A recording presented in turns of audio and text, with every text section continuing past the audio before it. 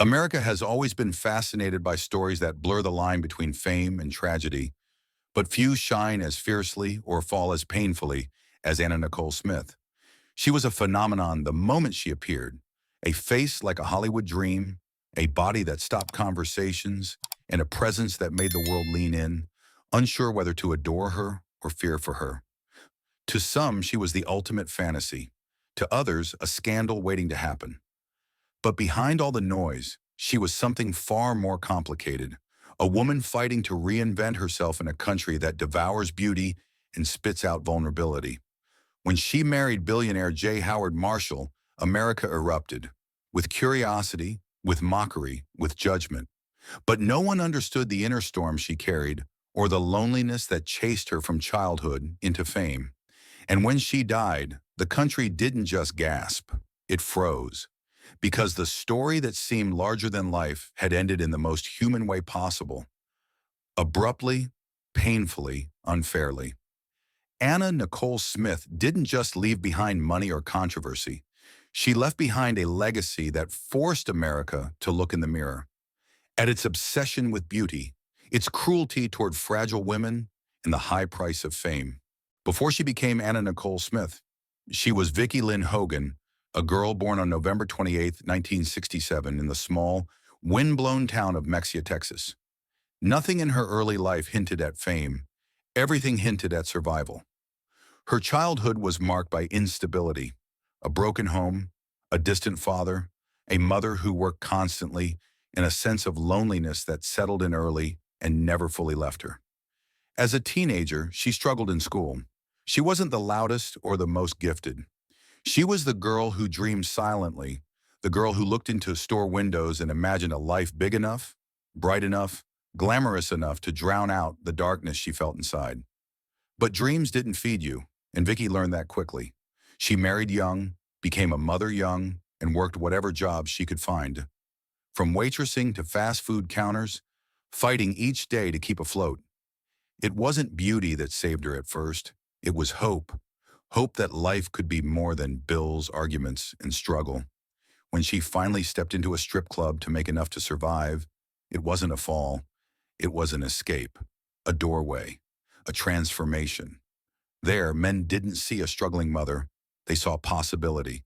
They saw a star before she knew she was one. Soon, photographers noticed her too. And the girl from Mexia, unsure, vulnerable, desperate for something better, began to disappear as Anna Nicole Smith slowly took her place. Her origin wasn't glamorous, but it explains everything. It was the beginning of a woman trying to outrun her past and racing straight into destiny. Anna Nicole Smith's rise was not graceful, it was explosive, the kind of ascent that blinds both the world and the person rising. Once Vicki Lynn Hogan became Anna Nicole, the transformation was immediate and irreversible. Her break came when she posed for local photographers who sent her images to Playboy. Hugh Hefner saw something in her, not just beauty, but a story, a softness, a vulnerability wrapped in bold glamour. In 1992, she became a Playboy playmate, and her world detonated. Suddenly, America knew her name. Suddenly, the girl who once scraped by on minimum wage was on magazine covers, billboards, TV screens. Her life became a whirlwind of flashing cameras and breathless headlines. She signed a modeling contract with Guess, and the campaign became iconic. Marilyn Monroe reborn for the 1990s. People didn't just look at Anna Nicole, they stared. She had that rare spark that made the world believe it was witnessing something mythic. Her presence was big, bold, electric. And yet, behind the gloss, she was still learning how to breathe in a world that demanded perfection. Then came the moment America still debates today. Her marriage to billionaire J. Howard Marshall, a man more than 60 years older. The judgments were swift, cruel, relentless. But Anna Nicole insisted it wasn't about money. It was about compassion, friendship, safety. He treated her with kindness during a time when few did. Whether the world believed her or not, one truth remained. It was the first time she felt chosen, protected, valued. After his death, the legal battle over his estate became a media circus. Anna Nicole wasn't a person anymore. She was a headline, a punchline, a courtroom spectacle. The more the tabloids fed, the more they wanted. And Anna Nicole, vulnerable and overwhelmed, became the perfect target. Yet through all this chaos, she never stopped trying to reinvent herself. She launched a reality show that revealed for the first time the wounded, funny, childlike woman behind the caricature. She tried acting. She tried starting over. She fought for dignity in a world determined to strip it away. Her rise wasn't just fame. It was survival disguised as glamour. It was a woman chasing the love, security, and identity she had never been given. And as America watched, it became painfully clear. Anna Nicole Smith wasn't built for the world she entered, but she was unforgettable in it. Every rise has a shadow, and for Anna Nicole Smith, the shadow grew faster than the fame it followed. The first cost was her identity. Once the world labeled her a sex symbol, it refused to let her be anything else. The girl from Texas, insecure, hopeful, craving affection, slowly disappeared behind the image America demanded.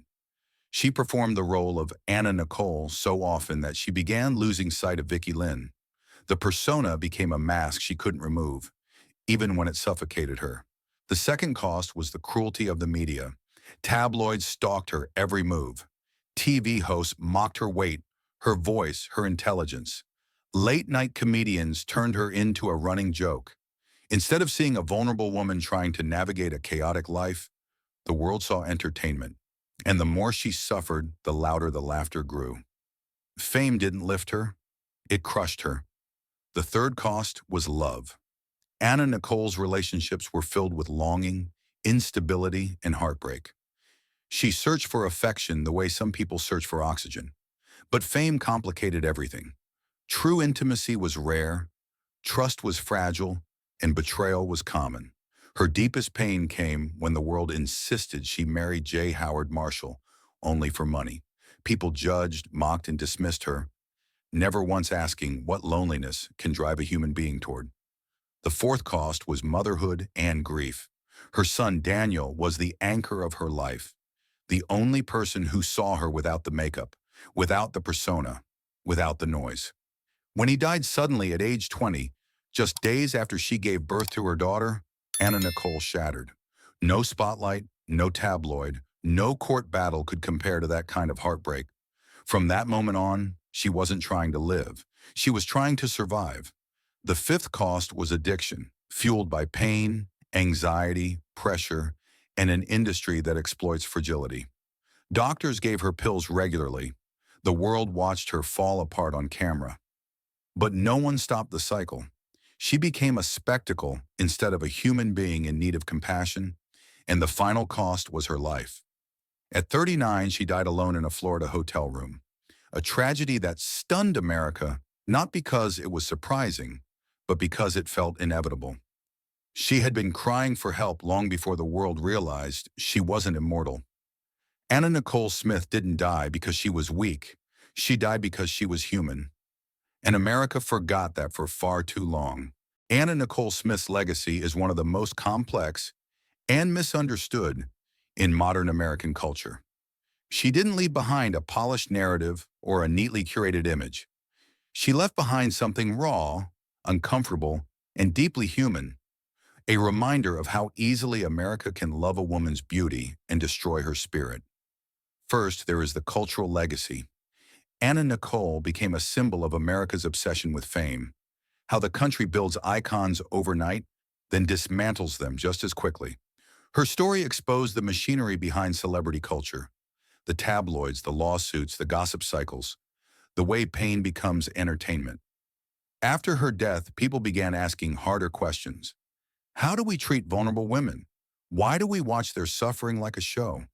How many tragedies does it take before we change? In this way, Anna Nicole forced America to confront its reflection, a reflection many didn't want to see. Second, there is the legacy of resilience. Despite every scandal, every attack, every punchline, she kept trying to rebuild herself.